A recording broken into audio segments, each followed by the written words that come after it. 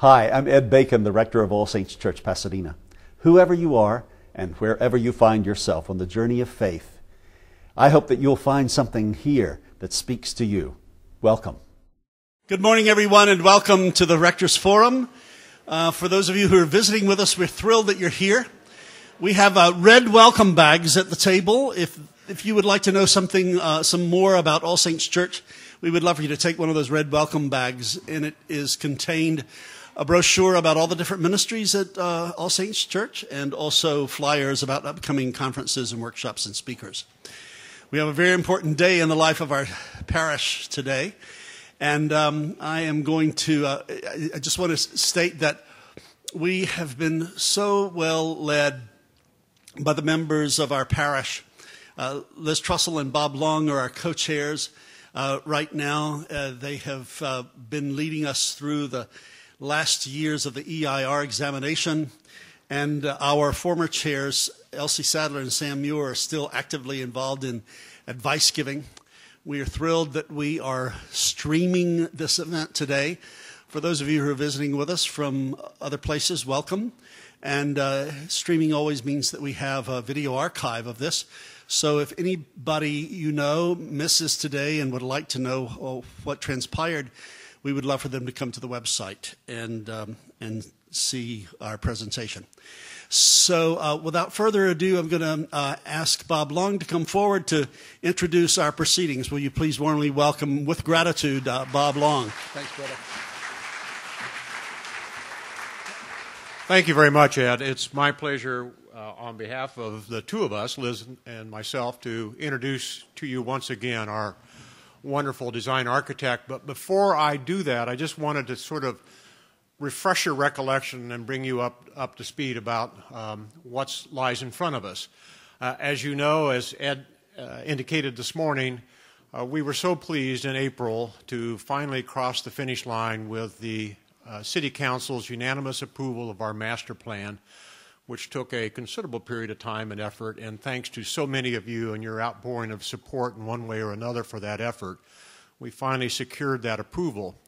One of the ironies of the opposition to our master plan was that people didn't like the design, and of course design wasn't an issue, and indeed we didn't have a design. We had simply a master plan that laid out the configuration of the buildings, spoke to their volume and placement on our site, and that's what has been approved. Once we secured that, then we began and turned to the notion of working up the design that will now go back to the city through another process, through the Design Commission. That process has already begun. In fact, it began very quickly after the approval of the City Council. Our architects went to work on completing their design. They went into consultation with yet a new appointed representative of the Planning Department, and to begin that dialogue and conversation, which eventually led to our first meeting with the Design Commission, which was in the nature of a collaborative, of a discussion about our architects' approach to design and what members of the commission had questions about and points of view to express, which I thought, and those in attendance thought, went in a very positive direction for us.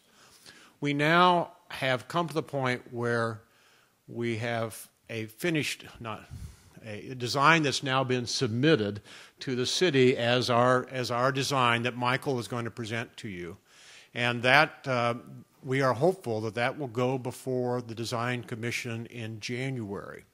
We have it's a three-step process with the Design Commission at this point in time, so we have to go through 3 meetings with them from this point forward, at a minimum, to get the approval that we want. We are hopeful, very, very hopeful, that we will secure that approval in the spring of 2013.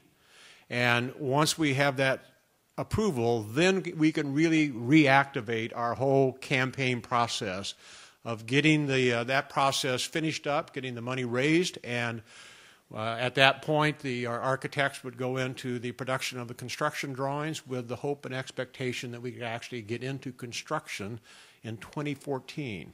So that's our hope and objective. I am very pleased to present to you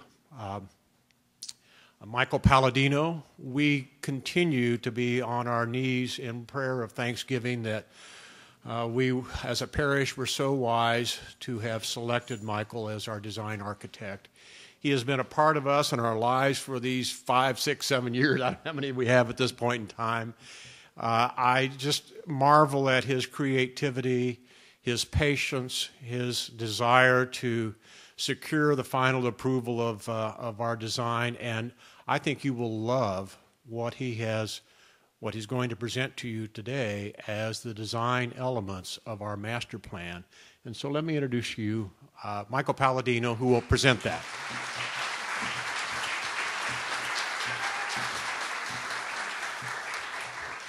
Thank you, Bob.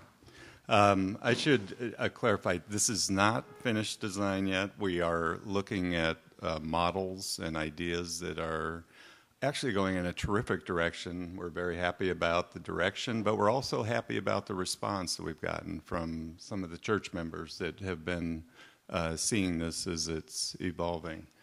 I'll second what Bob said. Couldn't be happier to be beyond master planning. This went on, we've been counting about 5 years, and it all kind of became clear to me just how long this was over the weekend. Last weekend, my daughter was home from college, or not from college, from Denver, where she works now. And I said, well, one of the things I'm thankful for is we're finally through master plan.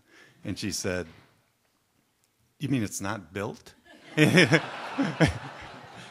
And I said, well, no, it takes a while. And she said, but Dad, when you started, I was a sophomore in high school. And I said, yeah. So she says, I graduated from high school.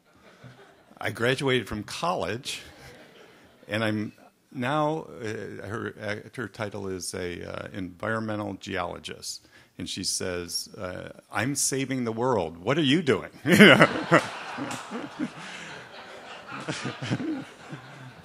I said, I'm saving a wall. Yeah.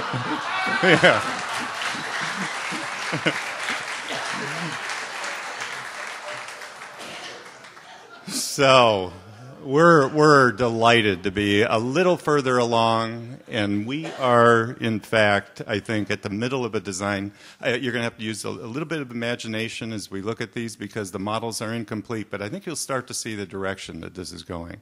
I'm going to come back to this, the more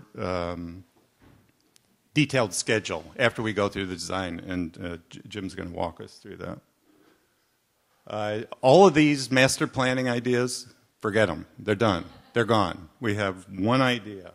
Yeah, the purple plan, forget it. It's gone. We have a master plan that's been approved, and it's basically the one that we did together, that we developed together. Could we bring down the lights just a little bit so that the images are a little sharper? And this idea is just as we discussed it 4 or 5 years ago. The existing buildings are organized around this beautiful outdoor space. We're making an outdoor space with 3 new buildings. As the master planning process evolved, there were modifications, and the biggest one that I'm going to point out is the west building and its position on the site and the proportions of the building. Remember, the west building is the social hall and the outreach facilities. The red line represents where we were before we started master plan approval process. We have moved the building about 55 feet to the north and changed the proportions of the building just slightly. No nothing about the program has been compromised. Nothing's been made smaller. Nothing's been dropped in the process. But by moving the building 50 feet to the north, we've created another opportunity, we think, to make an outdoor room, one more outdoor space that's scaled for outdoor activity related to the social hall and to the forum. And I've got some sketches and renderings I'll show you, but I think this is something to keep in mind as you look at the planning now, that this building is slightly removed from Rega's house. Now, in addition to moving the building, when we met with the Design Commission just a couple of months ago, they asked us to look closely at a few areas. This is the entrance to the site off Walnut. They asked us to look closely at this corner where we have a future building phase. We won't be building in this area at this stage, but they wanted to know how we would treat this area. They asked us to look at the entrance to the cafe area carefully. All of these obviously related to the urban plan and how the architecture meets the urban context. They've asked us to look closely at this space because this is a new space that is obviously churches' space and designed for churches' programs, but it's clearly part of the path that the public and the other users will use as they enter campus. So with that, let me just show how we've addressed the issue that came up related to Walnut. Walnut Street is here. Here's Hutch's. Our path to parking, ramp down to parking is here, ramp up this way. And the Design Commission was concerned that it just not look like a parking garage or a parking entrance. And we decided that we can enhance this. They asked that we look at this pedestrian path that starts at Walnut and extends into the courtyard, just to make sure it doesn't feel like an alley. It's got to be inviting. To make this a little more approachable, we've designed what we call a pocket garden here between the vehicle entrance and Hutch's, extending the trees that are part of the play yard landscape right out to Walnut. We've designed with our landscape architect a garden at this corner of the property. This, again, is the corner of Walnut and Euclid. And then at the same time added a bosque of ornamental trees for the tables and chairs that are part of the little cafe that's directly off from Euclid. Part of this solution is to take the gate to campus, this is the gate in the fence that will secure the property in the evening, and move it from this location back to here so that that garden, that small pocket garden, becomes part of and appears to be part of a public space. And we think that that's the best way of making this more engaging and more approachable from Walnut. With our landscape architect, again, we're looking at how we manage the sight lines and create the security for the children's play area as you enter on that path. The image that we've developed is something like this. This is in progress, but you're standing on Walnut looking south toward the church. You see it off in the distance. The parking garage entrance we've been able to develop with a landscaped arbor over the top of the entrance. More landscape as grade falls down to the garage level. And in a sense, take what could be just a hole in a wall or just a ramp down into the ground and make it clear that what we're creating is a garden. We will build a small wall to separate the pedestrian lane from the vehicles and create this space, which what I was just talking about, the small pocket garden right off from Walnut.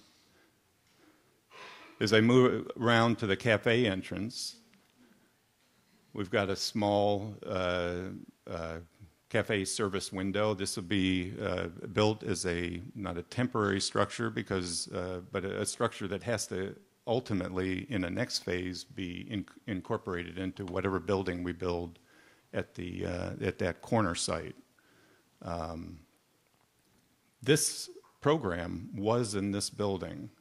As we moved the west building to the north, we needed to shorten this building slightly to make sure we had enough space for the seating, the tables and chairs, and this small bosque of trees. So that little service area becomes an accessory structure that's part of this garden and landscape.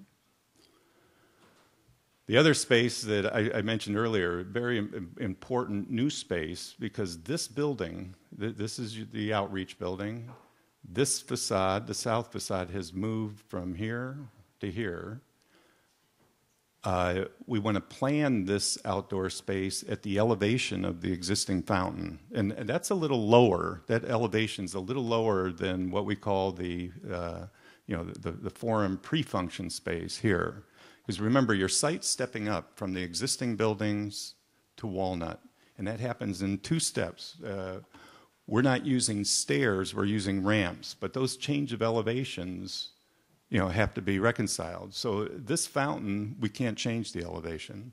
It simply means that this small garden will be related to this fountain by having small, what we call landscape steps going up to the forum pre-function. We can essentially create little seats that could be part of this space.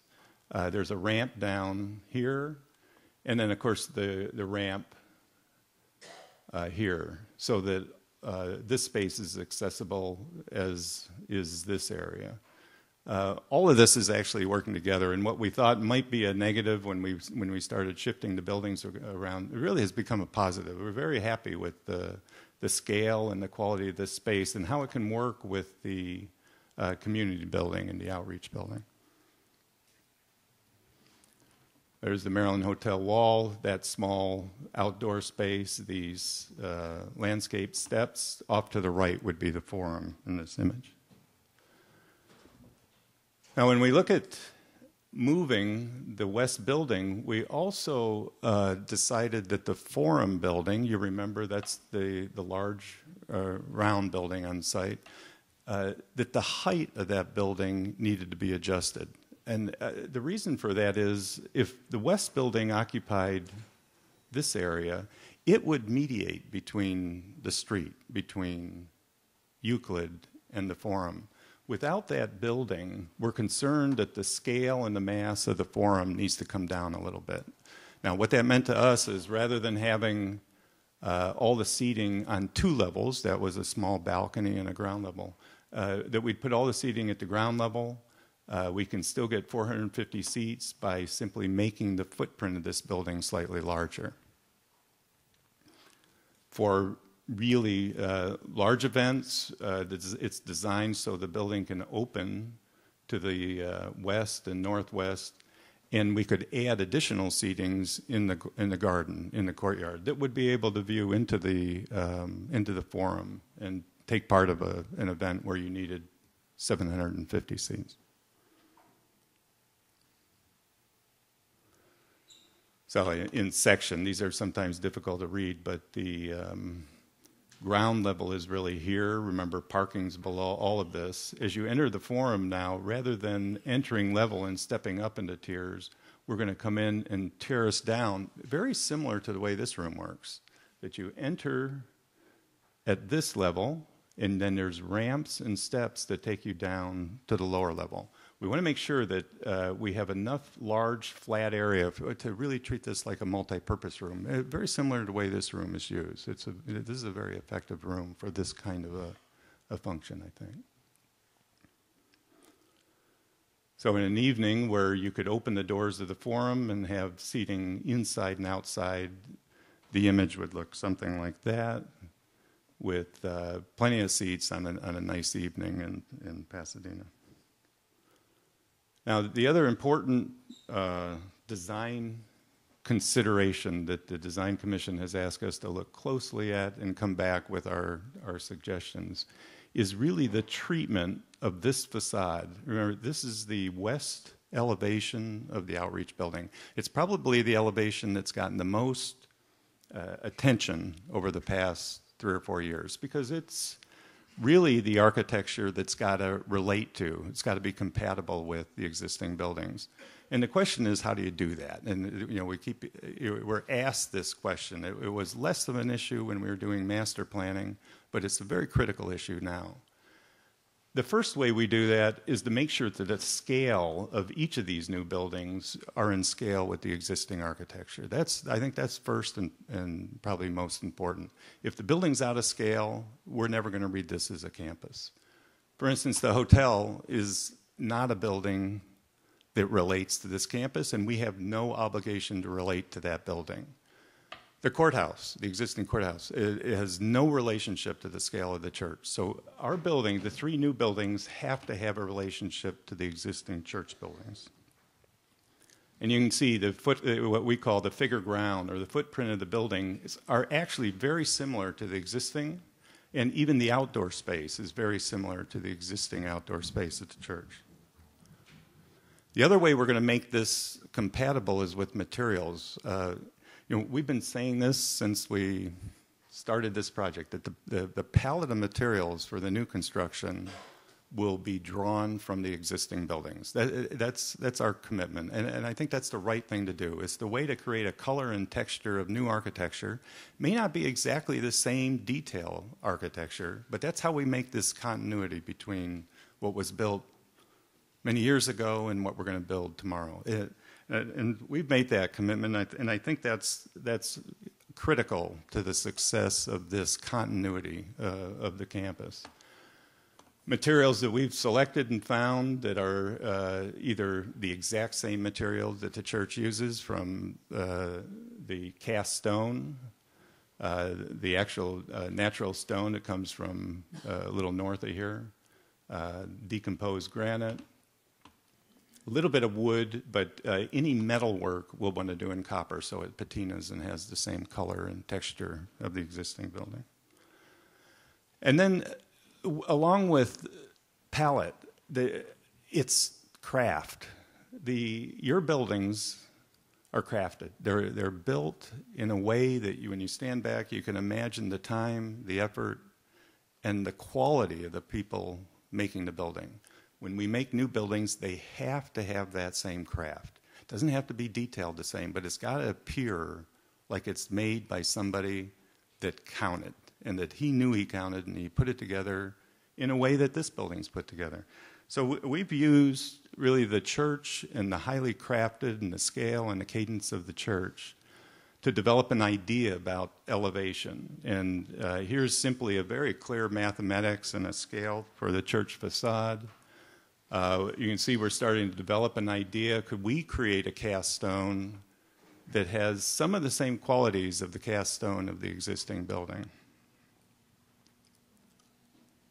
And when we do, we want to use it in a way that it has a relationship to the existing architecture. And there's an in-progress study model. We are on Euclid, the existing buildings over here. Obviously, these are incomplete massings, little conference rooms that's part of the outreach building. But I'm looking at this facade. Here's the Maryland Hotel wall, a stone wall that's designed to be in scale and same color and texture as the rectory over here at this corner. That cast stone, if we design it carefully, can not only create that scale, that articulation, that highly crafted facade, but it can be sustainable. If we take this cast stone and we orient it in a way that the west sun, the southwest sun, is acting as a sunscreen for all of the glass that we want to put at this community room level, at the ground level. If we make these louvers, essentially louvers, cast stone louvers, with the right orientation, we can let you see clearly into this space from Euclid on this side. But as the sun sets in the west, which is behind us in this picture, that cast stone can protect the glass. So we made a mock-up, a full-size mock-up, in my office in Westwood. This is not concrete, it's styrofoam, painted to look like concrete. But what we're doing is testing ideas about these cast stone louvers and how many ways can they help us in developing the proper scale, texture, and color of the elevation. It's the cast stone on the church. It's How much you know about cast stone? It's basically a very fine concrete that's cast. If we make the forms properly, we can make a form and recast this material in a repetitive way. The mock-up that we've built that could be cast stone louvers, less symmetrical, a little asymmetrical, because they're now doing the job of shading glass. So they're oriented and shaped to act as a louver for the west building. This is a piece of the facade. This is a small piece that we've mocked up. Got Ed for scale.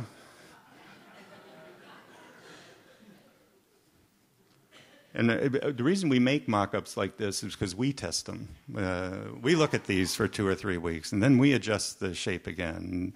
Making them in foam core is much easier than doing it in concrete. And we can paint them, we can adjust them, we can tweak them, we can put them outside and check the angle of the sun, and develop a facade that has that scale of the tracery, the cast stone tracery of the church. So there you see these louvers looking toward you if you're approaching the church from this would be from the northwest. In the evening, you'll see the activity inside the church, but we are using lots of glass to make sure these are daylit spaces. But we're being sustainable about it. We're using this cast stone to manage the west sun. So you can see through it from one orientation, but now this would be the southwest, that louver is shading the glazing from the west sun. This device is doing a couple of things. It's, on the one hand, we're creating scale. We're a scale that has a direct relationship to the scale of the church. We're using a crafting technique that the church used years ago to cast stone. We're using the natural stone of the church. We found the quarry where the stone was quarried, and near there's other quarries still open. We can get the same stone. We'll cut it slightly different, hone it slightly different, but the color and texture will be the same. And then we'll use concrete, cast-in-place concrete. This building has a lot of cast-in-place concrete colored to match the stone and the cast stone. So that palette we're committed to. The actual detail and the development of the details for these facade ideas we're right in the middle of. But this was a good time, and I know we've got limited time today. We thought this was a good time to at least share with you the progress so far. Get your comments, and it'll give us a push to continue here as we make our next submission to the Design Commission. I think that's probably out of time here. Okay.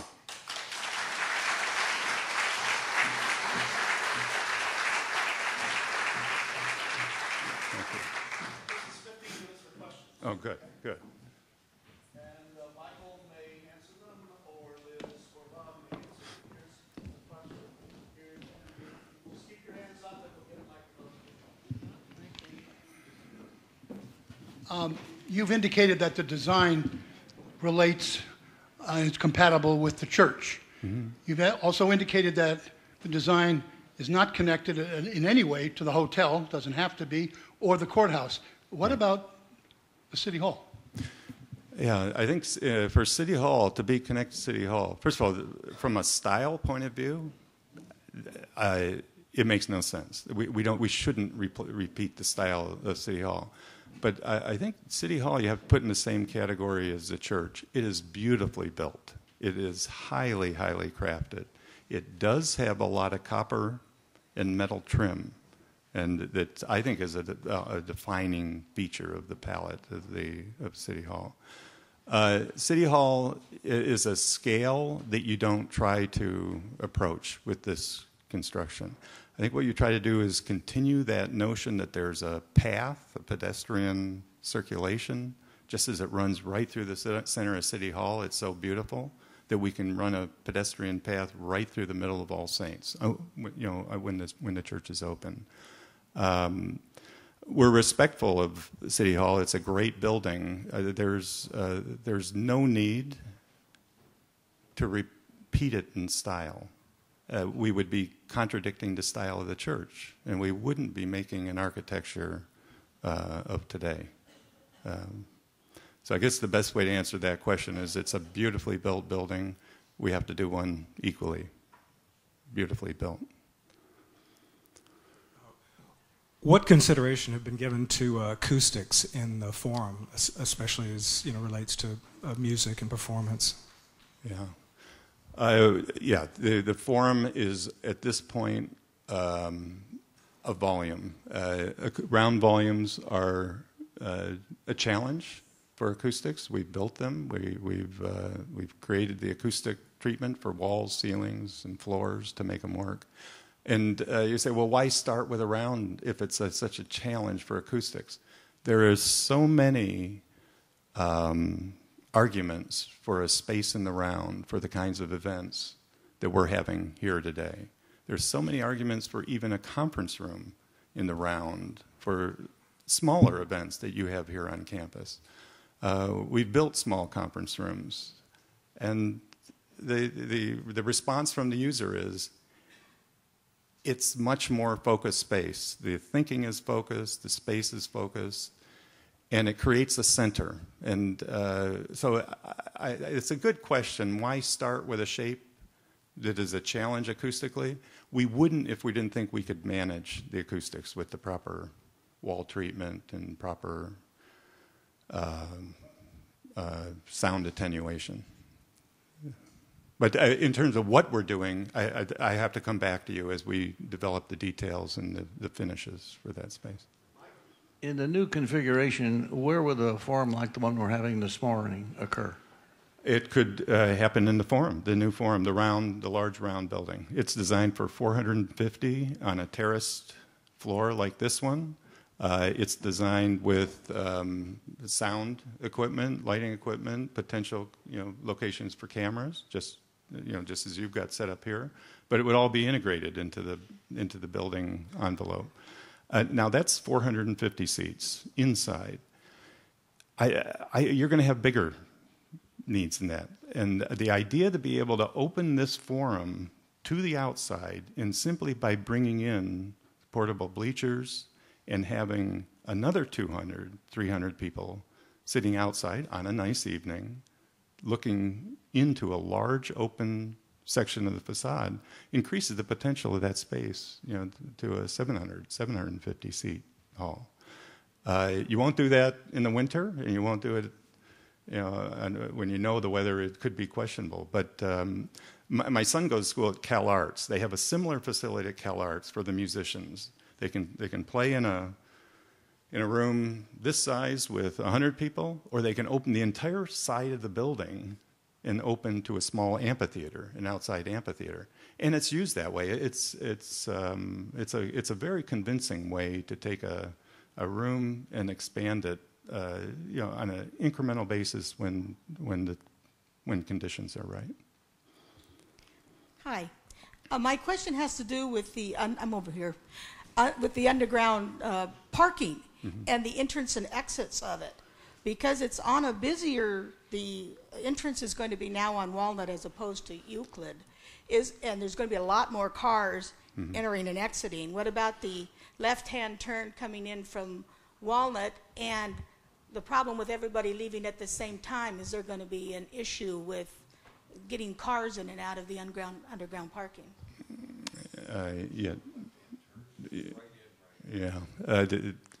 It's a very good question. We actually had the ramp at one time off Euclid, and for a lot of other reasons, that was rejected.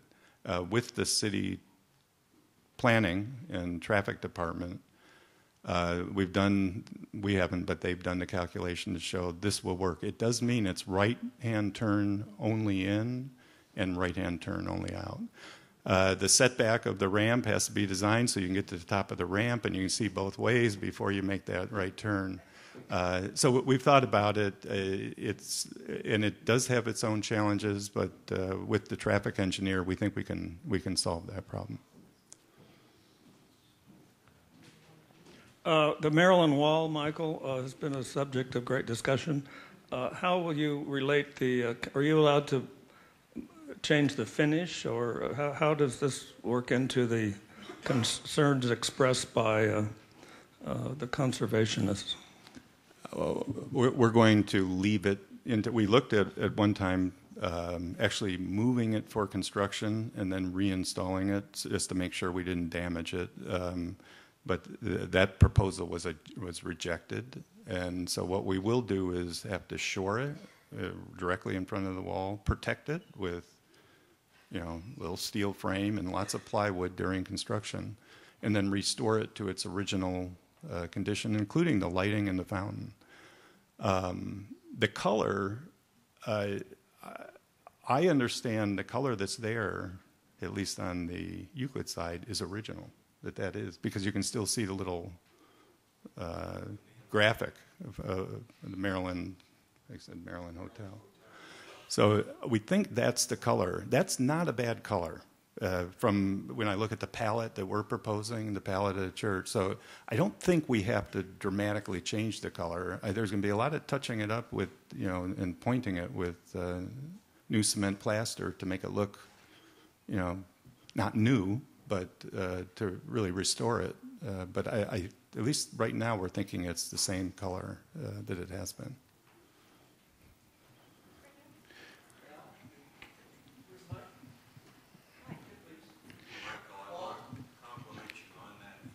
It's beautiful. Thank you. Absolutely Thank you. Beautiful. Thank you. Particularly that first floor. Thank you. I want to ask you about the coloring. Mm-hmm. It seems to get more golden as you get down closer to the south side of it. Mm-hmm. And how does that relate to the color of the Maryland wall? Does it match it, or is that a distortion?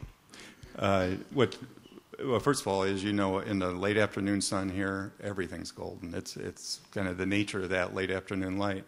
But no, the goal is to make this facade exactly the same as the cast stone color of the church. That's what we're trying to recall. Now, the second floor is set back now. That's correct. That's right. And what is that going to look like? I can't quite make it out from this picture. You know, if I go back to the model, I can tell you. Well, let me describe it here. You're right; it's set back, and that helps us with scale because rather than having a two-story building right on Euclid, it's really a one-story building with a terrace. And the spaces that you can just barely see, and I'll go back to a model photograph, are conference rooms that are part of the outreach program, and terrace, a little associated terrace. So that outdoor space will be used with the conference rooms for meetings or activities. The facade of that will be glass. Is that correct? The facade is partially on the second floor. On the second floor. Partially glass. For instance, here I'm going to go to a model photograph to show you this.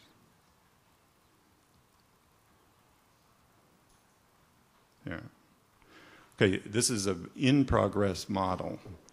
The glass will be from here, so we get an overhang in this area.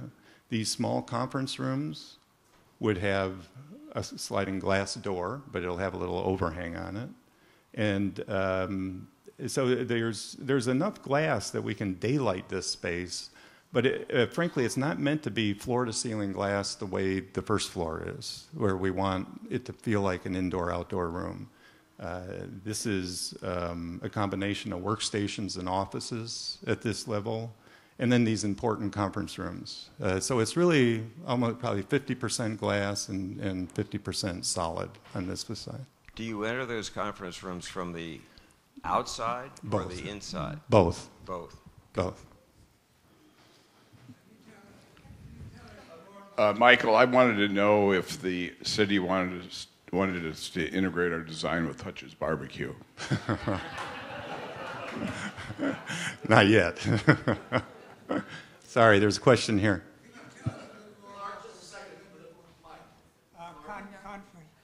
Can you tell us a little more about those cylindrical, look like conference rooms in the activities building? How many people they hold? And so on. Yeah, it's a good question. We're looking at 18. Would be each conference room could have a conference for 18.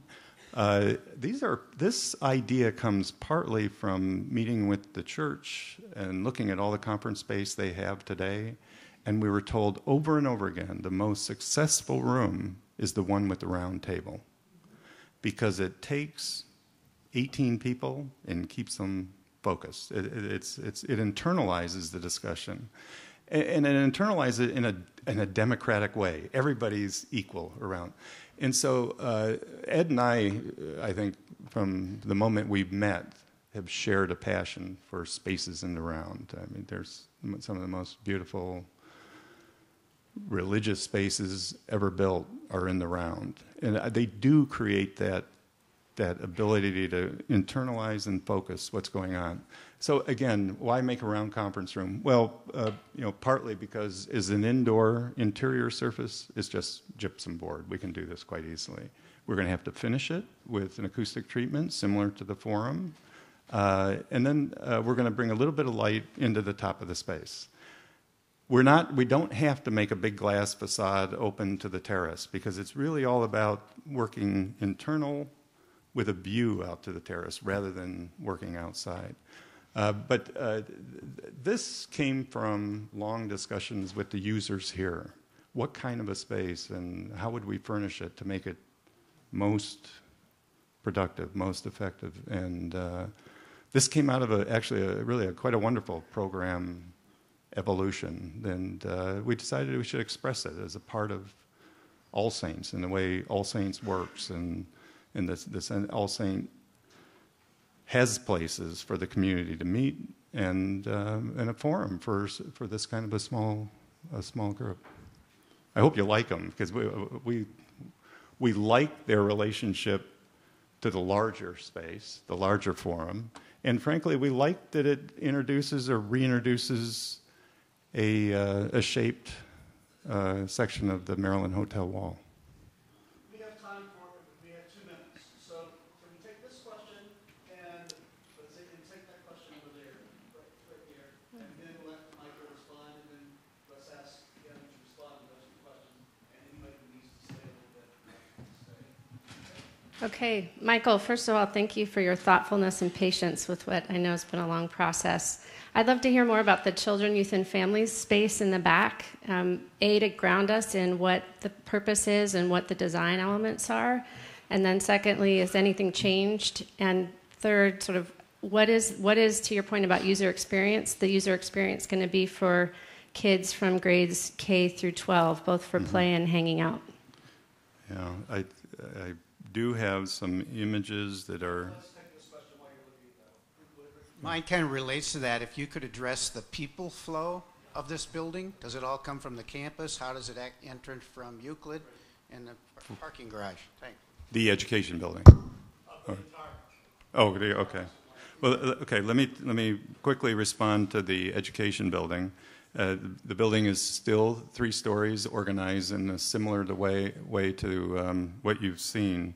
We have evolved it. And this section shows a little more developed facade where we'll use some of the same cast stone where we need it for West Sun on the education building. And that would only be at this level, level 2. And we're going to let those cast stone hang down just a little bit so that we can help shade the glazing at the ground level. The outdoor space for the education building is exactly as it was. That one hasn't changed. Even as we move and shift the size of the west building, the children's outdoor area is exactly as was programmed. And the circulation is along still the east side of the building in a secured way that lets the classrooms with big overhead doors open out to the landscape. Did I catch your question? Was that...